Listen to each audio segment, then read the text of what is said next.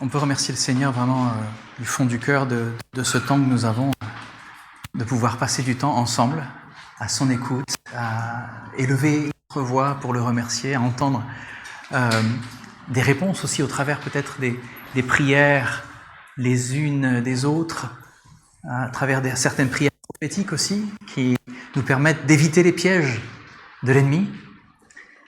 Et c'est vraiment une grâce de pouvoir, ici, de manière locale, se rassembler et s'édifier, se construire comme cette église faite de pierres vivantes dans le Seigneur.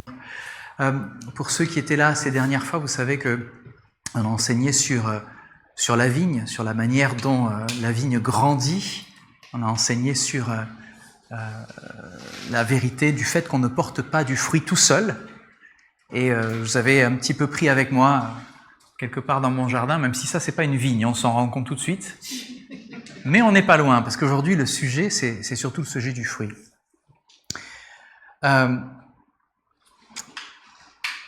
On a vu la semaine dernière que le Christ c'est le cep. Vous êtes avec moi? Ok, d'accord. Et que nous sommes les sarments. Donc un sarment c'est une branche qui est mise sur le cep, il peut y en avoir plusieurs, d'ailleurs c'est bien qu'il y en ait plusieurs. Et on sait que ça part très loin, assez vite, ça se répand un peu partout, ça s'accroche un peu partout. Et on voit que Dieu nous fait grandir ensemble dans une vigne, en fait. Il nous rassemble, il nous attache les uns aux autres. Vous vous rappelez aussi, peut-être certains qui étaient là, dans l'enseignement qu'on avait fait en utilisant les pierres. Des pierres qui étaient bien taillées, d'autres qui l'étaient un peu moins, sur lesquelles on ne pouvait pas vraiment compter pour construire, mais il fallait qu'elles soient taillées, ces pierres, pour pouvoir entrer dans l'édifice. Donc on a parlé de ces difficultés-là. Donc on a parlé du fait d'être des pierres vivantes, on a parlé du fait de porter du fruit, pas tout seul. Et aujourd'hui, j'aimerais partager un sujet avec vous qui est une sorte d'écho de ce qui s'est passé cette semaine avec cet incendie à Rueil-Malmaison, un malheureux incendie. Et le message sera tourné vers le fait que on ne porte pas du fruit pour nous-mêmes, que ce fruit que le Seigneur nous permet de porter n'est pas pour nous-mêmes.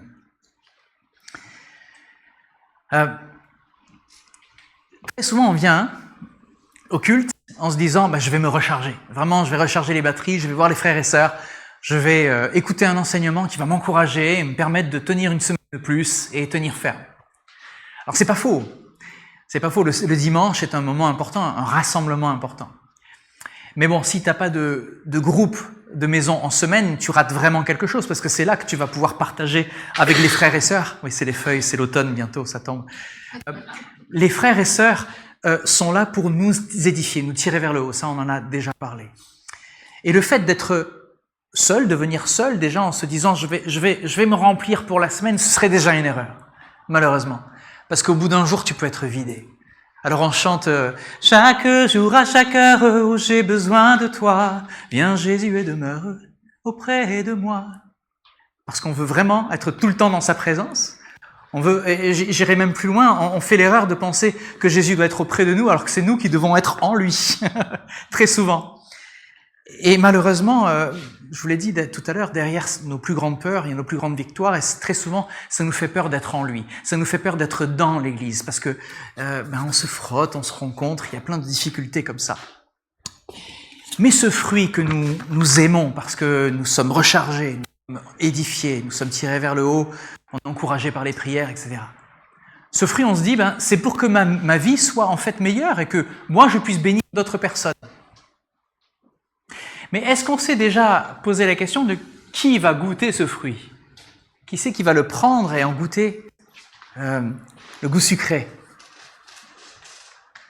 D'après vous, qui c'est qui va goûter ce fruit? Est-ce que c'est ton voisin, ton frère, ta sœur? Dieu. Ah, c'est Dieu. Tu es au premier rang, c'est bien. Il y a de bons élèves ici. Les derniers rangs, je vous attends, d'accord? Vous pouvez parler aussi, vous avez le droit. On n'est pas très nombreux, donc ça va, on va maîtriser, même s'il y a une cohue. Une vigne ne porte pas du raisin pour l'admirer entre ses feuilles, même si c'est beau. Elle porte du fruit vraiment pour qu'il soit goûté. Et donc l'Église ne grandit pas pour se contempler elle-même. Et très souvent on tombe dans ce piège. Elle grandit pour refléter Christ autour d'elle. Tout à l'heure, notre frère disait avec juste titre, dans 1 Corinthiens 13, il y a ce problème des Corinthiens qui arrivent, qui se saoulent totalement, ils finissent le vin, ils finissent la nourriture. Ceux qui arrivent un peu en retard, qui ont sûrement des situations un peu moins favorisées, parce que c'est peut-être des esclaves, et donc ils ont pas en maîtrise de leurs heures. Ils arrivent, ils ont plus rien, ils ont que les yeux pour pleurer. Et qu'est-ce qui se passe dans l'église de Corinthe? Paul dit, à cause de ça, certains d'entre vous meurent prématurément. Il y a un jugement qui tombe sur l'église. On le regarde pas trop souvent, ça, le jugement de Dieu dans le Nouveau Testament. Malgré tout, le Seigneur fait ça pour protéger son Église. Il leur dit, c'est pour pas que vous mouriez avec les autres. Le Seigneur désire que nous soyons un témoignage local. C'est là que Christ peut briller, à travers l'Église. La communauté, c'est pas la destination finale. Très souvent, on se dit, ah, mais c'est bon, il a rejoint une Église, on est tranquille. Non, la communauté, c'est la base de ta mission. La base de ta mission. C'est là où tu as des frères et sœurs qui prient pour toi quand toi tu pars et que tu fais face aux positions, que tu fais face au combat. Dieu nous rassemble pour nous fortifier, oui. Il nous fortifie pour nous envoyer. Tout à l'heure dans la prière, on le disait, le Seigneur a fait couler son sang, il est mort pour nous afin qu'on soit réconciliés, qu'on soit rapprochés de lui, qu'on ait une vie nouvelle. Mais pour qu'on soit ses ambassadeurs, pour qu'on soit sa voix dans notre nation et dans les nations. Alors, cette bénédiction, elle commence souvent très très près de nous, dans notre ville. Alors, je sais qu'il y en a qui viennent de loin, il y en a qui viennent du Québec, je crois. Il y en a qui, oh ouais, Québec, il est là. Ouais. Merci Kendra. Ça, c'est les fruits aussi. Tu es le fruit de générations de prières. Merci Seigneur pour ça. Donc dans notre ville, notre quartier, où que vous soyez plantés, où que le Seigneur vous plante et vous mette, dans notre rue, auprès des personnes qui ont besoin de nous, ça peut être des défavorisés, mais ça peut être des personnes qui semblent être favorisées et en fait qui sont seules, qui n'ont pas le Seigneur, qui sont misérables. Et ces derniers jours, justement, il y a un incendie pas très très loin d'ici qui s'est déclaré et qui a laissé des familles sans logement. Et justement, c'est l'occasion, c'est l'opportunité. C'est le moment où on peut prier, on peut rencontrer, on peut aller servir. Et c'est, je pense, l'endroit où le Seigneur nous appelle, d'être pertinent dans les besoins de notre communauté. Alors, certaines de ces personnes ont beaucoup perdu. Hein. J'ai vu, il y a deux appartements en particulier qui ont totalement brûlé. Les restes sont totalement inondés parce que les pompiers font pas les choses à moitié. Hein. Quand on est allé 3 jours après, on est allé combien de jours après? Ouais, 3-4 jours après, il y avait de l'eau qui continuait de couler en fait. Ça continuait en bas et puis il y avait les équipes de nettoyage qui étaient là pour essayer de faire du mieux qu'ils peuvent. Et certains ont absolument tout perdu, mais vraiment tout. Donc on est allé déposer avec Stephen quelques kits d'hygiène, des vêtements, des choses simples avec un désir d'apporter un soutien concret. Je sais que tout le monde ici a dit « mais qu'est-ce que je peux faire? Comment on peut y aller ?» etc. Et une question qui m'a été posée, c'était est-ce qu'on dépose les habits quelque part à l'église et puis vous en occupez? Et je me suis dit, en fait, c'est tellement mieux, si t'es pas loin, d'aller toi-même être un témoin. Donc au lieu de dire on va organiser quelque chose, etc., c'est plutôt non, au contraire, profites-en, parce que tu vas faire des rencontres. C'est la première rencontre qu'on a fait en allant sur les lieux d'ailleurs. Faites attention quand vous vous présentez. Si vous dites que vous venez d'une église, hein, vous allez souvent un retour de flamme. Hein. Et on croise une dame qui était là, qui est pareil, elle a perdu des choses, son appart était totalement dans l'eau. Et elle arrive, elle nous voit, et Steven était un petit peu plus loin. Il dit vous êtes des journalistes? Et Steven lui dit non, on est juste l'église d'à côté. Oh non, c'est l'église, alors moi je veux pas vous parler, cassez-vous. Et elle s'en va comme ça, tu vois. Alors moi j'étais derrière pour la tacler. Non, pardon. Petit plaquage au sol, non. En fait, elle était pas loin derrière, j'ai dit non madame, en fait on est juste là pour aider. On est là pour aider parce que on a vu qu'il y avait ce qui se passait juste à côté. Et là la conversation a commencé. Voilà. On commence à discuter, donc c'était une bonne chose, mais on a pu rencontrer plein de personnes comme ça. Et au fond, je vais vous dire la vérité, quand on est arrivé au gymnase, je m'attendais à ce qu'on arrive en amenant des habits, des sacs, il y avait 45 sacs, etc. Je me suis dit, on va apporter une aide concrète, on va faire la différence. J'arrive, il y a une montagne de vêtements, une montagne de kits d'hygiène, une montagne d'eau. Et il y avait des montagnes de partout. Et en rentrant, je me dis, mais en fait, on arrive avec 2 pains et 3 poissons, là, on sert à quoi? Et le Seigneur m'a repris, il m'a dit, non, mais regarde, j'étais heureux de voir la solidarité qu'il y a eu dans ce quartier, tous les gens qui se lèvent en se disant, oh, ça aurait pu être nous, ils ont tout perdu, on apporte, etc. Et nous, on est quelque chose dans l'engrenage de Ruelle, on est là, on fait partie, et on fait juste partie. Mais il faut qu'on soit là. Parce que ces rencontres, ça apporte quoi? Le parfum de Christ. Tout simplement. Et on n'a pas besoin on est juste nous. On n'est pas grand-chose. Mais nous, ensemble, dans la persistance de dire, on sert le Seigneur, on veut vraiment faire la différence, on veut vraiment aider du mieux. Si vous avez besoin d'aide, pensez à nous, appelez-nous, on est là. Juste ça fait une grande différence. Parce qu'on ne regarde plus l'Église comme étant un bâtiment, déjà. On le regarde comme étant des personnes. On ne regarde plus une Église comme étant une institution qui vient pour imposer des choses ou des lois, des règles, etc. Non, on voit des gens qui cherchent une relation. Et ça fait toute la différence. Donc soyons conscients du fait que, oui, c'est une chance d'avoir une Église locale, c'est bien de pouvoir être édifié, mais le Seigneur désire vraiment que nous ayons ce parfum de Christ que nous allons diffuser de partout. Donc, l'Église n'est pas appelée à être l'héroïne de la ville. Ça, il faut sortir de la tête. C'est pas être vue comme une héroïne.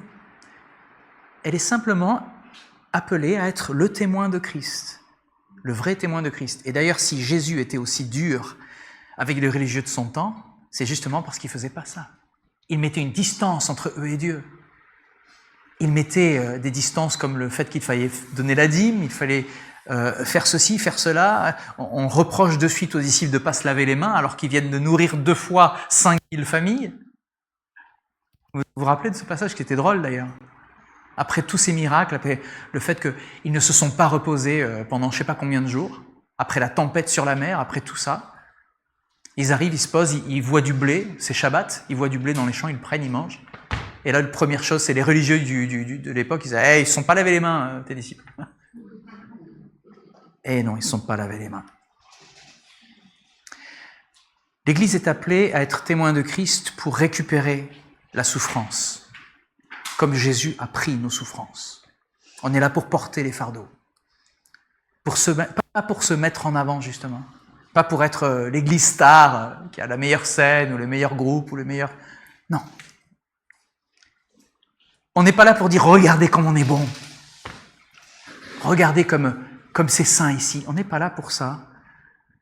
Mais pour dire par nos gestes et par nos paroles, le Père voit, le Christ aime, mais l'Évangile, lui, il a des mains. Et ces mains, c'est nous. Pas les chercher ailleurs. Ces mains, c'est nous. Dans notre vocation qui est céleste, elle nous enracine dans la vie de notre ville. Et donc le premier texte que je veux lire se trouve dans Jérémie 29. Le contexte, il est très important ici, il est essentiel. Le peuple de Dieu est en exil. D'accord? Il n'est pas chez lui. Il est à Babylone. C'est une ville qui est païenne. C'est une ville qui est une ville ennemie à la base. Et c'est une ville qui, tous les jours, leur rappelle la défaite, la perte, le fait qu'ils aient été conquis. Donc c'est la ville de leur échec, quelque part. La ville de leur humiliation. Et on aurait pu imaginer que Dieu va dire à son peuple dans ce contexte-là, « Séparez-vous, mettez-vous à part. Surtout, vous ne mélangez pas avec ces gens, c'est les païens. Ne vous attachez à rien, ne construisez rien. Attendez seulement de rentrer. » Parce qu'il y a des prophéties qui ont été données. Le peuple va être rétabli, il y aura une rétribution, il y aura une justice. Oui, la nation sera à nouveau rassemblée. Mais non, Dieu ne leur dit pas du tout ça. Au contraire, alors qu'ils sont en exil, chez les ennemis, dans un peuple païen. Dieu dit par le prophète Jérémie, bâtissez des maisons, habitez-les, plantez des jardins et mangez-en les fruits. Recherchez le bien de la ville où je vous ai mené en captivité et priez l'Éternel en sa faveur parce que votre bien dépend du sien. C'est une parole qui est surprenante en fait. Dans un peuple qui avait pris pour habitude et par tradition de se séparer totalement de ce qui n'était pas hébraïque, hébreu, kasher. Ils sont en exil, mais Dieu leur dit habitez. Ils sont juste de passage et Dieu leur dit plantez. Ils souffrent. Vraiment. Et Dieu leur dit priez pour cette ville. Le prier pour vos ennemis, il ne date pas juste de Jésus, vous voyez. C'était bien longtemps avant. Ils attendent la restauration, mais Dieu leur dit recherchez le bien de cette ville où vous êtes. On a tendance à se plaindre, même en tant que chrétien. Se plaindre, d'ailleurs, il y a des lois très difficiles qui viennent de passer. En tant que chrétien, on serre les dents, on dit mais qu'est-ce qui se passe? Et on pourrait se plaindre, on pourrait se plaindre. Alors les marches blanches, c'est très bien, l'expression de notre identité est très bonne aussi, parce que c'est la voix d'un peuple, et c'est pas juste les chrétiens d'ailleurs qui pensent comme ça, il y a beaucoup de personnes qui pensent aussi comme un chrétien, et qui ne le sont pas. Mais on a tendance à beaucoup se plaindre. Et ce temps-là, on pourrait le passer à bénir. Et ça fait une grande différence parce que le français se plaint beaucoup. Donc un français chrétien devrait bénir beaucoup. Vous me suivez? C'est une logique, hein. D'ailleurs, le mot traduit par bien, donc rechercher le bien, le mot traduit par bien revient, il y a la racine de shalom dans le mot. Il y a cette notion de justice, de paix, de sérénité, de sécurité, d'ordre, de prospérité même. C'est le shalom, la traduction de shalom, on en a déjà parlé ici, mais pour ceux qui ne le savent pas, c'est pas juste une paix qui est une absence de guerre. Le shalom de Dieu, c'est une paix qui apporte du fruit. La paix d'un jardin rempli d'arbres et de fruits qui donne constamment. C'est ça le shalom. Il y a une prospérité dans le shalom. C'est là où la vie va retrouver sa place en fait. Et donc Dieu leur dit pas survivez le temps que vous êtes là. Il leur demande d'être une présence de bénédiction. Et voici une vérité forte, l'espérance du ciel qui est en nous ne fait pas de nous des absents de la terre. Très souvent, on va se réfugier en disant « mais j'attends que le monde est fou ». Je le dis aussi, le monde est fou, j'attends que le Maranatha. Le monde est fou, Maranatha. J'attends que le Seigneur revienne parce qu'on n'en peut plus, etc. Non, non, non. Prends position en Christ et agis. Parce que c'est là, une âme à la fois, on va changer une âme à la fois. Si cette âme se trouve dans des tribunes en position de pouvoir voter, tant mieux. Sinon, le Seigneur fera quand même sa volonté. La volonté de ce qui se passe dans les nations, c'est dans les mains du Seigneur. Il le dit dans les psaumes, il tient le cœur des rois comme le fleuve dans ses mains. Il dirige les courants là où il le souhaite. On n'est pas les absents de la terre, au contraire. Parce que nous savons où est notre vraie patrie, notre patrie céleste. On peut servir fidèlement Dieu là où il nous a placés, dans la difficulté que l'on traverse. Parce qu'on sait que ce monde, c'est pas notre royaume ultime. On n'a pas besoin de posséder. Très souvent, on cherche, on est à la course. C'est la course de la possession. D'avoir plus de choses parce qu'on se dit, si j'ai plus de choses, je serai plus en sécurité. Ou je pourrai plus bénir. Mais je connais beaucoup de chrétiens qui ont construit des orphelinats en pagaille partout dans le monde sans avoir démarré avec un seul sou. Ils s'attendaient, on parle de Müller, hein, mais ils s'attendent simplement à ce que le Seigneur pourvoie là où il les a envoyés. Et je crois que c'est la même chose pour nous. Le Seigneur nous envoie et puis il va pourvoir, comme on l'a vu avec Jésus quand il nourrit toutes ces foules. Non, c'est parce que Dieu aime ce monde, on n'a pas le droit de le mépriser, ce monde. On n'a pas le droit même d'avoir des paroles méprisantes. Vous rappelez-vous, c'est un temps de grâce que l'on a dans le Seigneur. C'est vraiment un temps où il pourrait venir juger, mais il nous dit annoncer l'Évangile. Alors on est citoyen du ciel, donc on devrait devenir des meilleurs voisins sur terre. C'est qui ta voisine? C'est un citoyen du ciel. Ça pèse. Mais ça doit se voir aussi. Il y a une époque où je connaissais pas le Seigneur et je visitais la famille de mes amis. Et il y avait cette femme qui vivait toute seule dans son HLM, qui avait perdu son fils. Très triste. Elle fumait énormément, sa santé n'était pas très bonne. Mais j'entendais dire qu'elle allait dans une église. Je savais pas ce que c'était une église évangélique à l'époque. Je savais même pas que ça existait. J'avais 19 ans. Et elle nous dit, tous les jours, je vais aider ma voisine, je lui fais sa lessive. Je me suis dit, elle est bête, hein. Qu'est-ce qu'elle va s'embêter à faire la lessive de la voisine tous les jours? On en discutait avec mes amis après l'avoir quitté. Je me suis dit, mais quoi ça sert ces choses-là? J'avais pas vu, j'avais pas compris.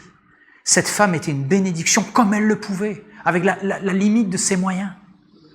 Et elle le faisait jusqu'au bout, jusqu'à ce que le Seigneur la reprenne. Donc même si tu visites quelqu'un qui bénit les autres, tu le verras même pas si tu n'es pas en Christ. Tu peux dire, ces gens-là, c'est de la compassion stupide. Ils perdent leur temps. Combien de fois, à l'époque où on faisait des voyages en Inde, j'avais demandé à mes clients de m'aider, de me sponsoriser en leur disant, voilà, vous allez participer à quelque chose qui est sympa quand même. Je regardais le côté caritatif, je dis, on va planter un jardin là-bas, on va faire de l'aquaponie, les poissons vont nourrir les fruits, les enfants vont pouvoir manger, c'est merveilleux, donnez-moi des sous. Ils l'ont fait. Et ils étaient généreux, donc ils ont payé les tickets, ils ont payé pas mal de choses, ils ont sponsorisé une partie du voyage, ce qui était une belle chose, et je les en remercie comme ça. Mais à mon retour, alors que je vais les visiter pour les remercier, pour leur dire, voilà, regardez les photos, on a fait, mais Cyril, c'est une goutte d'eau dans la mer ce que tu fais. À quoi ça sert? T'as pris tout ce temps, t'as pris tous ces efforts, tu vas aider juste un orphelinat. À quoi ça sert? Et pourtant, ils avaient été généreux, ils avaient aidé. Même dans l'appel auquel nous répondons, ne vous attendez pas à ce que le monde vous applaudisse. Ne vous attendez pas à ce que le monde vous voie et vous regarde. Le parfum de Christ, il est perceptible que par ceux qui ont le nez pour le parfum de Christ. Et c'est pas tout le monde. Certains vont juste cracher devant vos chaussures en disant « mais va-t'en ». C'est arrivé tellement de fois et ça arrivera encore tellement de fois. Mais c'est pas grave. On bosse pas pour les applaudissements, on bosse pas pour la reconnaissance. On bosse même pas d'ailleurs, ça fait partie de nous. On a envie de le faire parce que quand on se lève le matin, même quand c'est difficile, on dit « j'ai envie de le faire Seigneur avec toi, parce que tu vas te glorifier ». Je sais, ça va être dur. Ça peut ressembler à du travail parfois. Hein. Je dis, je vois pas ma rente, mais le salaire de la vie en Christ, c'est la vie éternelle. Hein. Et on y goûte tous les jours à ce fruit-là. C'est une identité avant d'être une activité. On ne sert pas pour devenir chrétien. On sert parce qu'on appartient à Christ. On ne va pas faire le bien pour acheter l'amour de Dieu, ça c'est fini, on le sait, ça ne se fait pas. On fait le bien parce que l'amour de Dieu nous a déjà saisi le cœur, nous a déjà rejoints. Et l'image du sel et de la lumière est très concrète. Quand Jésus utilise le sel et la lumière, le sel n'agit que si tu le touches, si tu le mets dans ton plat. Tu peux le regarder, le sentir, tu ne sentiras rien. Le sel, ça ne fera aucune différence. Tu peux le regarder très longtemps, il ne bougera pas. Une salière qui est fermée, ça ne sert à rien. Pourtant, il y a du sel. Une église dont les membres n'expriment pas leur sel à l'extérieur ne sert à rien non plus. La lumière n'éclaire que si elle n'est pas sous le tasseau. Une lampe cachée d'ailleurs ne guide personne. Donc Jésus va refuser une foi qui va être enfermée sur elle-même. C'est pour ça que ça vous fait bondir, vous, évangéliques, quand vous entendez quelqu'un qui dit « oui, j'ai la foi, mais je ne pratique pas ». Ça n'a aucun sens. Ça n'a absolument aucun sens. Une église qui ne touche pas sa ville perd cette vocation du sel. Alors je sais qu'on est tous un petit peu partout, on n'habite pas tous à Rueil, certains habitent plus ou moins loin. Donc d'avoir une pertinence locale, ça pose la question est renouvelée. On va voir comment est-ce qu'on peut être actif localement. Mais quel est le but? On l'a compris, c'est pas que les hommes nous glorifient, ou qu'ils disent quelle belle église, même pas qu'ils admirent notre générosité, même si on peut l'être. Jésus dit, afin qu'il glorifie votre Père. afin qu'il glorifie votre Père. Tu regardes juste les enfants du Père. Et le but, la finalité, c'est que tous les regards se tournent vers Dieu lui-même. Donc le service chrétien, c'est pas une scène où l'Église se montre. Même pas. Elle fait pas de bruit, en fait. Elle agit. C'est plutôt une fenêtre, l'Église, parce qu'il faut, pour regarder dans une maison, pas à travers une fenêtre, il faut quand même s'approcher. C'est une fenêtre par laquelle le Père peut être aperçu. Et beaucoup sont saisis quand ils rentrent dans l'Église par cet amour-là, l'amour du Père. C'est pour ça qu'on doit tenir ensemble deux choses. On ne doit jamais remplacer l'action de l'Évangile par l'action sociale. Souvent, beaucoup se perdent là-dedans. « Oh, je vais faire des actions sociales et puis moi je suis chrétien, mais pas plus. » Mais on ne doit jamais contredire l'annonce de l'Évangile par l'absence de compassion non plus. Ce serait un autre piège. Juste parce que tu enseignes, etc., tu apportes l'Évangile, et qu'il n'y a pas de compassion physique active, ce serait une erreur. Donc il faut trouver ce juste milieu. Des paroles sans amour, ça devient juste du bruit. Et des œuvres sans Christ, c'est de l'humanisme en fait. Il faut s'en méfier. Mais quand la vérité de l'Évangile est portée par des gestes d'amour, alors le témoignage, il devient visible. Je ne sais pas si c'est Saint François d'Assise, on a attribué cette phrase à Saint François d'Assise, mais il dit « Prêchez l'Évangile par tous les moyens, et si nécessaire, alors utilisez les mots. » Je trouve ça très beau, c'est peut-être de lui. Mais on ne sert pas pour piéger les gens avec un message religieux non plus. Ça peut être tentant dans les maraudes, de dire « je vais apporter du café, etc. » mais en fait, quelque part, je tends un piège. C'est une mauvaise attitude de penser comme ça. Non, tu viens avec la lumière. Tu t'attends à ce qu'il y ait une conversation, à ce qu'il y ait une discussion, à ce qu'on vient te demander de te justifier de la foi qui t'anime. On sert parce que Christ nous a servi le premier. C'est lui qui a démarré tout ça. C'est lui qui nous a aimés le premier. On va parler parce que ce monde a besoin de connaître le Sauveur. Et plus on va rencontrer du monde, plus on va pouvoir parler. On aime ce monde parce qu'il nous a dit qu'il était venu chercher les perdus. Pas parce qu'on veut gagner des points. Alors Jésus, lui, a lancé l'Évangile avec sa bouche, mais aussi avec ses mains. Pierre, il résume un jour le ministère de Jésus avec une phrase magnifique. Dans Acte 10, verset 38, peut-être que vous l'avez déjà. Qui c'est qui la connaît, Acte 10, 38, de tête? Oui? D'accord. Jésus de Nazareth allait de lieu en lieu, faisant « Amen, ma sœur, merci ». C'était ça le message de l'Évangile. Il allait de lieu en lieu, et qu'est-ce qu'il faisait? Du bien. Est-ce qu'il est dit qu'à chaque fois il faisait des miracles? Non. Est-ce qu'il est dit à chaque fois il venait frapper un rocher, il y avait de l'eau qui sortait? Non, ça c'était Moïse. Non, il faisait du bien. La discussion avec la femme autour du puits, c'est un des passages les plus magnifiques du Nouveau Testament. Une réconciliation, une acceptation alors qu'elle était mise à part par la société. C'était juste une discussion. Il n'a pas fait de miracle, il n'a pas donné de voir à nouveau, de marcher. Et pourtant, ce miracle-là, pour moi, dépasse tous les autres. Parce qu'il va transformer tout un village juste après. Alors que tu guéris l'aveugle, Bartimée même, les autres, ils vont chercher à lui crever les yeux à nouveau. Alors qu'une femme qui se repent comme ça. Merci Seigneur. Et ça, vous n'avez peut-être jamais levé de mort, vous n'avez peut-être jamais guéri en priant, vous n'avez peut-être jamais prophétisé sur la vie de quelqu'un. Mais le simple fait que vous rencontriez quelqu'un en Christ, alors que vous êtes vous-même dans votre identité en Christ, ça peut changer la vie de quelqu'un, totalement. Ce qui nous manque, c'est la rencontre. Ce qui nous fait peur, c'est les rencontres.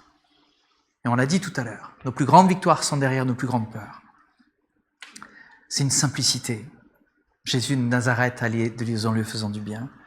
Jésus prêchait le royaume, mais il passait pas à côté des larmes. Il enseignait la vérité, mais en même temps, il allait toucher les lépreux. Il annonçait la repentance et en même temps, il nourrit les foules. C'est Dieu le Fils qui révèle le Père, mais il s'arrête pour Bartimée, que tout le monde veut faire taire. Vous voyez cette humilité, cette simplicité? C'est ça qu'on veut vivre tous les jours. Il parlait de vie éternelle tout le temps, et pourtant quand il est devant le tombeau, il pleure. C'est Jésus. Donc chez Jésus, la compassion, c'est jamais une distraction de la mission, vous voyez. c'est une expression de sa mission. Il ne sépare pas les âmes du corps comme si Dieu s'intéressait qu'à une seule partie de l'être humain, son cœur, et le choix qu'il va faire au moment où il va devoir choisir entre la vie et la mort, non. Le péché a tout abîmé. Notre relation avec Dieu, notre relation avec les autres, avec notre famille, notre corps, notre ville, nos souffrances. Et l'Évangile annonce que Christ, Fils de Dieu, est venu restaurer ce qui est brisé. Et qu'il commence par une réconciliation. Ce n'est pas un grand miracle, c'est une réconciliation. Visiblement, on ne voit rien, ça se passe dans le cœur. Et pourtant, c'est la base de tout le miracle de Dieu dans notre vie. Voilà pourquoi un petit kit d'hygiène peut devenir un signe. Voilà pourquoi un vêtement qui sera donné peut être aussi un signe de Christ. Peut-être même une prière, même silencieuse. C'est pas tout l'évangile, mais ça peut rendre l'évangile croyable, visible, sincère, audible. Et ce qu'on a vu lors de cet incendie, c'est que la ville, elle est déjà mobilisée, et ça c'est vraiment beau de voir la réserve civile, ils ont les t-shirts, réserve civile, et dès qu'il se passe quelque chose, ils sont là, ces gens-là. Ils n'attendent pas, ils sont là. Nous n'avions pas besoin d'être les premiers, on n'a pas eu besoin d'être les plus visibles, on n'a pas eu besoin de tout contrôler en disant « c'est là, l'église est là, on va sauver ».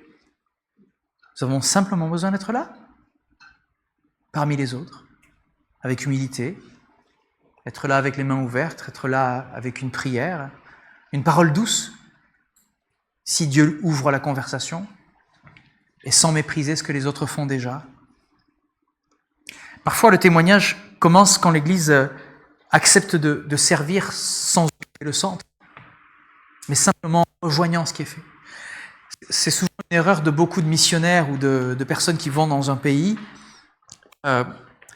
Ils arrivent avec une idée, une méthode, et quand ils arrivent dans le pays en disant c'est bon, on a tout ce qu'il faut, on a l'habitude, on va arriver, on va sauver tout le monde, on va repartir.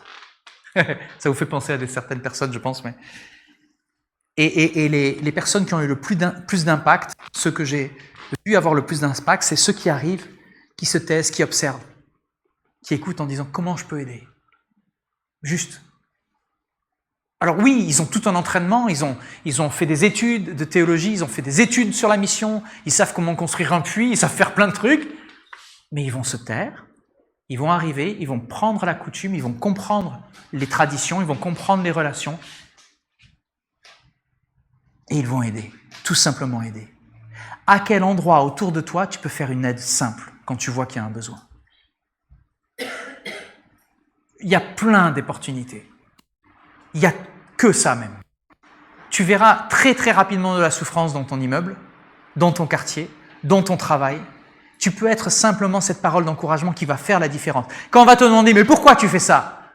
Et tu vas dire « en fait, moi j'appartiens à Christ vraiment. Tout ce que je fais, tout ce que je dis, je le vois faire et puis je l'imite un peu. Puis j'ose croire que même en moi, il a un désir de te bénir toi, parce que tu es important pour lui. Et il désire que tu le connaisses. Et là, le pont est construit. Là, on peut commencer à discuter. Dans le plus petit geste, Jésus, il se laisse rencontrer. Matthieu 25, il nous place dans une scène qui est solennelle. Le Fils de l'homme vient dans sa gloire. C'est pas rien. Le roi qui juge les nations. Et qu'est-ce qu'il mentionne? Qu'est-ce qu'il dit? Il ne va pas parler d'exploits impressionnants. Il ne rentre pas avec des programmes spectaculaires pour ce qu'il va faire à Jérusalem. Il n'arrive pas avec une stratégie brillante.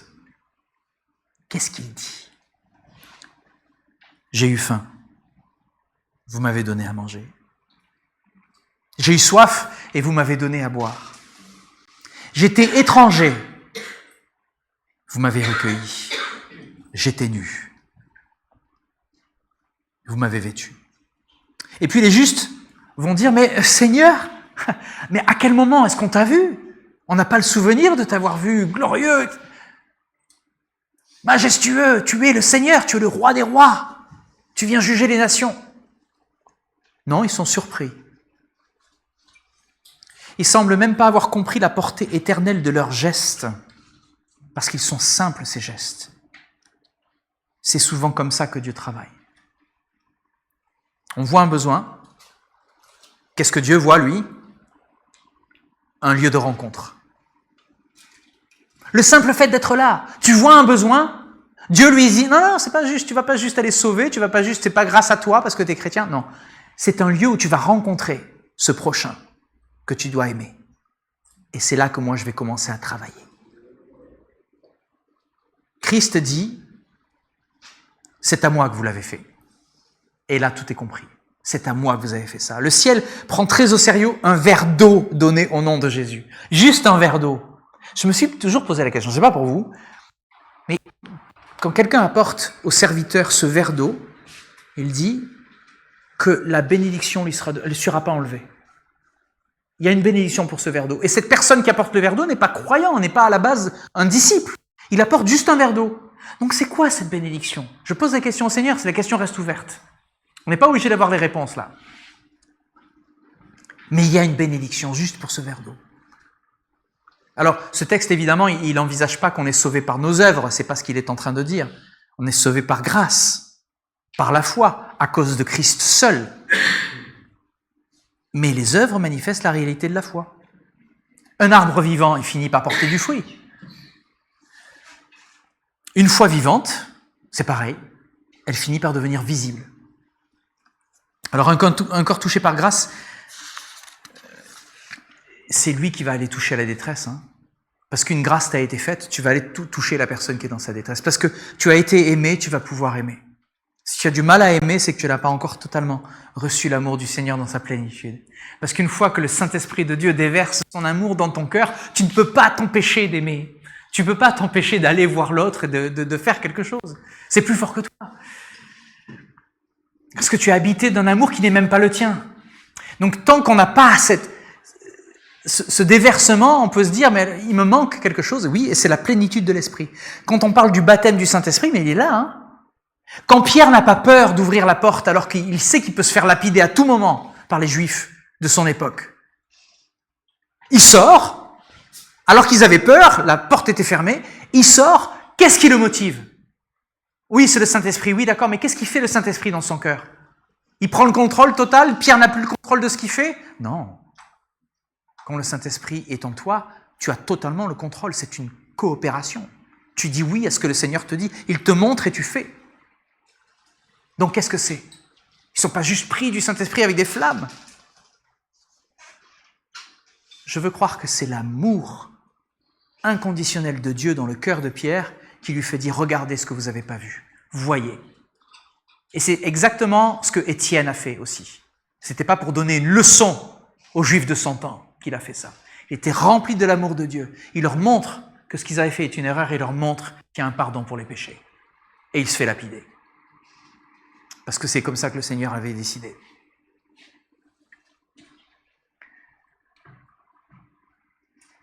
La question, c'est si Dieu m'a accepté en Christ, comment est-ce que je peux rester devant la souffrance, fermé? On ne sert pas pour mériter le ciel, on sert parce que le ciel est venu jusqu'à nous, en Jésus-Christ. Alors, je vais terminer là-dessus. C'est une question que je nous pose à nous tous, ou à ceux qui sont en visite ici et qui ont une église ailleurs. Quelle trace notre église laisse-t-elle dans notre ville? Frères et sœurs, je vous pose juste une question simple. Si notre église disparaissait demain, est-ce que notre ville s'en apercevrait? C'est une vraie question. Je ne parle pas seulement de notre bâtiment, évidemment. Ils s'empresseraient de construire un immeuble, d'ailleurs. Ils sont partis construire un immeuble. Ben non, mais c'est parce que c'est vrai, en fait. Ils ont voulu, et ça n'a pas marché, parce qu'on est des Gaulois. On va rester en Christ. Non, je ne parle pas seulement de nos cultes non plus. Je parle de notre présence, de nos relations, de nos prières même, de notre disponibilité. de notre capacité à voir la détresse avant qu'elle devienne un sujet de discussion. Le quartier est magnifique. La ville a construit quelque chose de magnifique. Vraiment. On a énormément de voisins. Mais qui nous dit qu'à un moment, quand les choses continuent à aller mal, il n'y aura pas des personnes sans domicile qui vont squatter dans les parcs, qui seront par là, comme il y en a de plus en plus dans les endroits les plus en plus riches et les personnes de plus en plus pauvres. Une église qui est centrée sur elle-même finit par mesurer sa santé seulement à ses réunions. Ah ouais, ils ont des réunions. Alors, vous verrez dans les annonces, il y a plein de réunions. Oui, d'accord. Mais elle n'est pas là, notre santé. Une église envoyée par Christ demande aussi qui souffre autour de nous, qui est seul, qui vient de perdre quelque chose, qui a besoin d'un repas, d'un appel, d'une visite, d'un transport, d'un vêtement, d'une prière. Je crois qu'on peut avancer avec ces trois gestes simples. D'abord, ouvrir les yeux. C'est notre premier appel. Dans notre ville, voir les familles, voir les écoles, les personnes âgées, les jeunes, les personnes isolées, voir les sinistrés, voir ceux qu'on croise sans regarder. Ensuite, le deuxième point, après les yeux, c'est d'ouvrir les mains. On donne ce qu'on peut donner, du temps, des vêtements, une compétence, une voiture, un déplacement, un repas, une chambre, une écoute, peut-être même une administrative, c'est tellement difficile en France, on le sait, une présence tout simplement, et finalement la bouche, les yeux, les mains et la bouche. Pas pour assommer les gens avec nos discours, mais pour témoigner avec douceur, pour dire « je prie pour vous », tout simplement. Vous savez, on croise des gens torturés par la vie. Et ils sont surpris quand dans juste un passage, alors qu'on ne les connaît pas, ils sont surpris quand dans la conversation, alors qu'on parle avec eux, on leur dit « est-ce que je peux prier pour vous là maintenant ?» Ils sont surpris. Et on s'attend à ce qu'ils disent « ah !» En fait, ils disent oui la majorité du temps, je peux vous le dire. La majorité du temps, comme ils ne savent pas trop ce que c'est, ils voient que tu es bienveillant, ils voient que tu veux bénir, ils vont dire oui. Et cette prière peut totalement altérer, changer le cours de leur vie. Parce que tu ne sais pas ce que Dieu a préparé derrière. Il t'a juste envoyé être une voix, un ambassadeur, et derrière ce que tu vas dire, c'est lui qui s'occupe des choses, c'est lui qui back up. Tu n'as pas besoin de faire tout le suivi, alors la prière, elle a fonctionné ou pas? Non, tu laisses ça au Seigneur, tu ne fais pas le travail du Saint-Esprit, oulala. Non, on ouvre la bouche pour témoigner avec douceur, pour dire je prie pour vous, pour dire notre Église peut te soutenir si tu as un besoin, viens, assieds-toi, passe un temps avec nous, on a des ventilateurs. Pour dire, lorsque la porte s'ouvre, ce qui nous pousse à aimer, c'est juste l'amour de Christ, c'est simplement l'amour de Christ. Ce n'est pas une notion de devoir, de règle. Ouvrir les yeux, ouvrir les mains, ouvrir la bouche, merci. Voilà une église qui est en mission. C'est ça une église en mission. Et il n'y a pas besoin d'aller très loin. On va en Inde, on va en Afrique, mais on peut aller à Rueil en mission. Conclusion, on a déjà dit dans notre passage, on ne parte pas du fruit seul. Aujourd'hui, on va ajouter ceci, le fruit n'est pas pour nous-mêmes. Dieu ne nous rassemble pas pour qu'on devienne un petit cercle confortable. Il nous rassemble pour faire de nous un signe du royaume. Un signe humble, un signe qui est concret, un signe qui est local, qui est visible. Dans une ville qui est blessée, qui peut être sinistrée, l'église, ça peut être une présence qui console. Dans une ville qui est organisée, comme la nôtre, l'église peut être une présence qui rejoint et qui bénit. Dans une ville qui est solidaire, l'église peut être une présence qui remercie Dieu aussi et qui ajoute le nom de Jésus à la compassion. Dans une ville qui souffre, l'église peut être une présence qui dit « Christ est proche de ceux qui ont le cœur brisé ».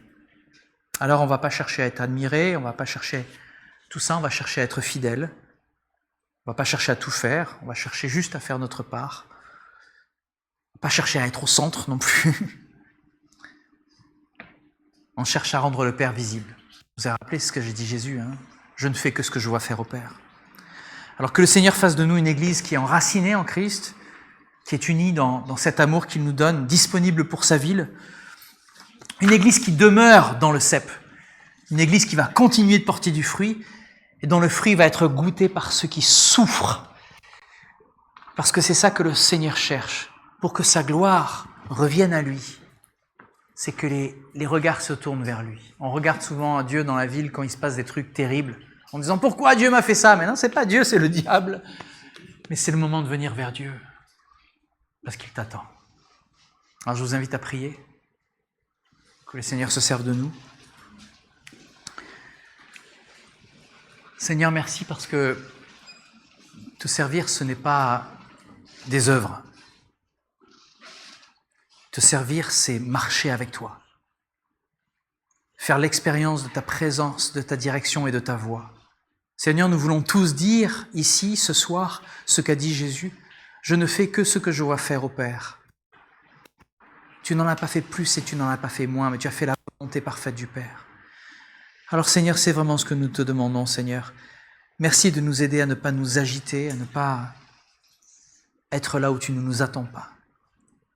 Et tu nous rassures ce soir, Seigneur, tu nous permets de voir que par des gestes simples, tu viens transformer les vies qui sont autour de nous et notre vie aussi. Alors nous te remettons toutes ces choses qu'on ne voit pas, qu'on ne sait pas. Ouvre nos yeux, ouvre nos mains et ouvre notre bouche. Que ce soit animé par ton Saint-Esprit. Que tout soit animé par ton Saint-Esprit. Au nom de Jésus. Amen.